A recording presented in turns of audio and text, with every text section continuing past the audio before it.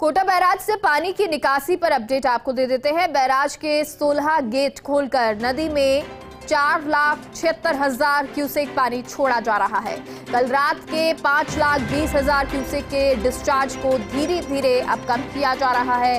Barrage के down stream में चंबल पुलिया से आगे की कई बस्तियां खाली कराई गई हैं और इधर उफनती नदियों से कोटा का इटावा कस्बा टापू में तब्दील हो गया है। निगम दलों के साथ एसडीआरएफ एनडीआरएफ दलों ने मोर्चा संभाल रखा है, क्योंकि जो निचले इलाके हैं कोटा के, वहां पर पानी बहुत ज्यादा भर गया है, जल भराव हो गया है और ऐसे में एनडीआरएफ की टीम पहुंची हुई है, एसडीआरएफ की टीम पहुंची हुई है। तमाम दल जो हैं वो वहां पर मोर्चा संभाले हुए हैं। इन उफनती हुई नदियों को आप देख रहे हैं जो नजर आ रही हैं, पानी लगातार बरस रहा है और उसी वजह से कोटा में बाढ़ की स्थिति बनने लगी है। आसपास के जो निचले इलाके हैं वहां के लोगों के लिए परेशानी का सबब ये मानसून, ये बारिश बन गई है। हालांकि वहां तक खाना पानी पहुंचाने की कोशिश भी लगातार प्रशासन की तरफ से की जा रही है, क्योंकि ये कई हजार लोग जो वहां पर फंसे हुए हैं, पानी ही पानी चारों ओर नजर आ रहा है। और इस स्थिति को आप ऐसे समझ सकते हैं कि बैराज के 16 गेट खोल दिए गए हैं और इससे 4,76,000 क्यूसेक पानी नदी में छोड़ा जा रहा है। कल रात के 5,20,000 क्यूसेक पानी के डिस्चार्ज को धीरे धीरे कम किया जा रहा है। तो बैराज के डाउन स्ट्रीम में चंबल पुलिया से आगे की कई बस्तियां खाली कराई गई हैं और ये बस्तियां इसलिए खाली कराई गई हैं क्योंकि जब पानी छोड़ा जाता है तो ये पानी खेतों तक और गांव में, इलाकों में कई जगह पर पहुंच जाता है। तो ऐसे में कई बस्तियों को खाली करा दिया गया है जिससे किसी तरह की कोई अनहोनी ना हो।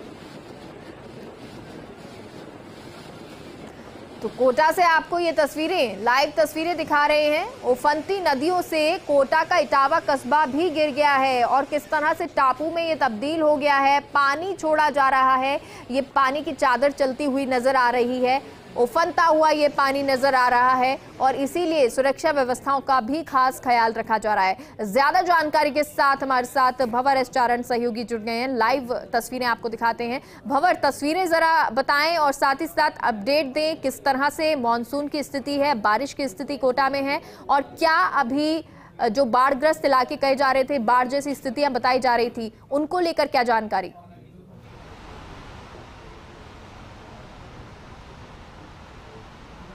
देखिए मेघा, सबसे पहली बात आपने सुरक्षा व्यवस्था की थी। कोटा बैराज से पानी छोड़े जाने के बाद चंबल की समानांतर पुलिया के नीचे से निकलता हुआ और आगे रियासतकालीन पुलिया के ऊपर बनी चंबल पुलिया के आगे से ये पानी का फ्लो होता है।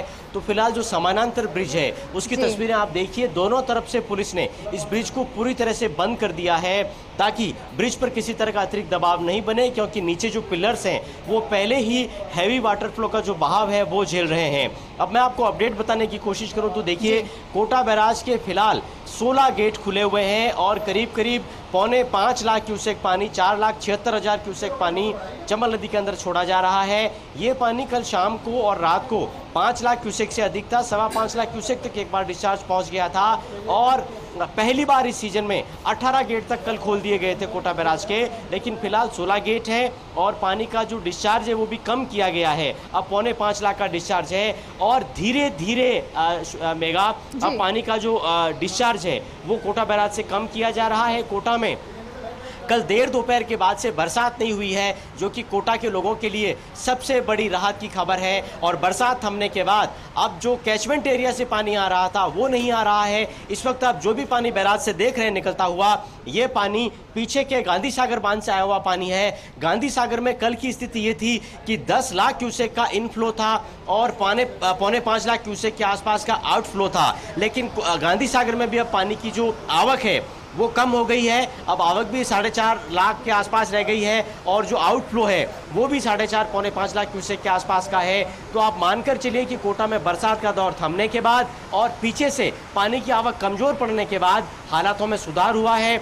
निचली बस्तियों में जो पानी भरा था, सवेरे के बाद से पानी तेजी से नीचे उतर रहा है। जो नाले उफने थे वो नाले भी शांत होते नजर आ रहे हैं, लेकिन अभी भी चंबल खतरे की घंटी बजा रही है। और फिलहाल आप जो ये आउटफ्लो देख रहे हैं ये कोटा बैराज के नीचे चंबल नदी की डाउन स्ट्रीम का है, जो आपको अभी भी पूरी तरह से खतरे के निशान के आसपास बहती हुई नजर आ रही है। सामने आप चंबल की बड़ी पुलिया देख रहे हैं मेघा, ये आप देखिए थोड़ा सा इसका हिस्सा रह गया है, बड़ी पुलिया करीब करीब डूब गई है। आगे केशवराय पाटन जो कि बूंदी में पड़ता है और वहां से लेकर धौलपुर तक की चंबल लगातार खतरे के निशान तक बह रही है। और चंबल के समय दूसरी जो नदियां हैं पार्वती, काली सिंध, वो भी उफान मार रही है। कोटा के जो देहाती इलाके हैं वहाँ स्थितियां खराब है, क्योंकि ये भारी निकासी आगे जाकर के और नदियों को में उफान ला रही है। और इसके चलते करीब करीब 70 से 80 कोटा के ऐसे गांव हैं जहां पर बाढ़ के हालात बने हुए हैं। एसडीआरएफ और एनडीआरएफ की टीमों ने अब कोटा शहर छोड़ दिया है। अब देहात के इलाकों में जाकर के और कहीं ग्रामीण इलाकों में अगर गांव टापू बने हैं,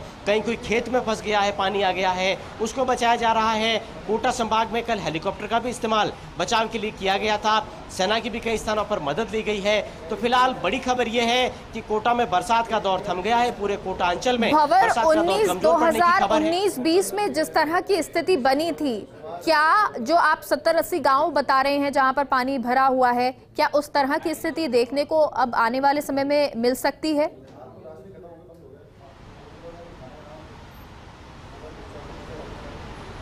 देखिए मेघा, 2019 में कोटा बैराज से 7 लाख क्यूसेक से भी अधिक पानी का डिस्चार्ज हुआ था और वो अपने आप में कई दशकों का रिकॉर्ड टूटा था। फिलहाल कोटा बैराज से जो मैक्सिमम डिस्चार्ज है वो कल रात को हुआ है 5.25 लाख क्यूसेक के आसपास। लेकिन फिर भी आप मान सकते हैं कि कोटा बैराज से जब 5.25 लाख क्यूसेक पानी छोड़ा जाता है तो आगे जाकर के और जितनी चंबल की सहायक नदियां हैं और बहुत बड़ी सदा नीरा बारामासी नदी चंबल है वो उफान पर आती है। और आगे जो ग्रामीण देहात इलाके हैं, कई गाँव है जो कि चंबल के किनारे हैं, नदियों के किनारे जो बस्तियां हैं और ये बस्तियां हैं वहां पर पानी भर जाता है और इसी कारण जो समस्याएं हैं वो नजर भी आ रही हैं। बहुत बहुत शुक्रिया भंवर पूरी जानकारी के लिए। आगे बढ़ते हैं।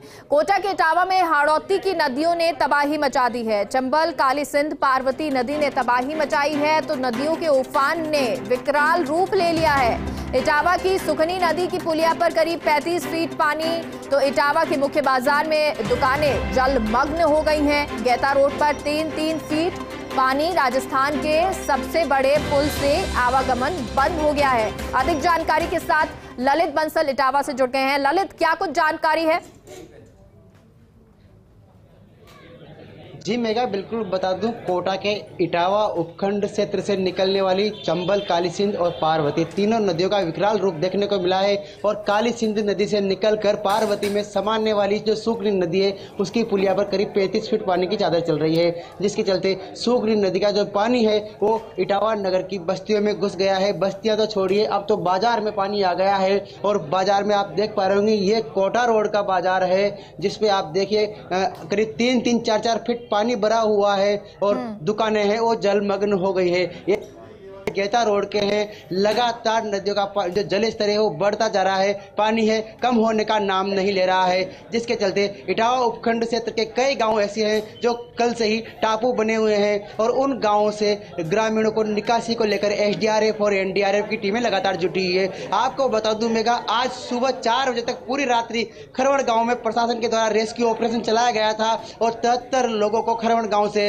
रेस्क्यू करके सुरक्षित स्थानों पर पहुंचाया गया है। लगातार नदियां हैं वो उफान मार रही है, जिसके चलते इटावा क्षेत्र में खतरे की घंटी बजी हुई है। और इस खतरे की घंटी ने कहीं न कहीं तबाही का मंजर दिखाया है। ये सब लोग बता रहे हैं कि 1971 में ऐसा पानी आया था जिसका नज़ारा अब 2022 में देखने को मिल रहा है। लगातार नदियां उफान मार रही है, जिसके चलते इटावा क्षेत्र में हालात बने हुए हैं। आपको बता दें, काली सिंध डैम से कुछ पानी की निकासी कम की गई है, लेकिन कोटा बैराज से लगातार पानी की निकासी कहीं न कहीं क्षेत्र में तबाही का मंजर दिखाती हुई नजर आ रही है।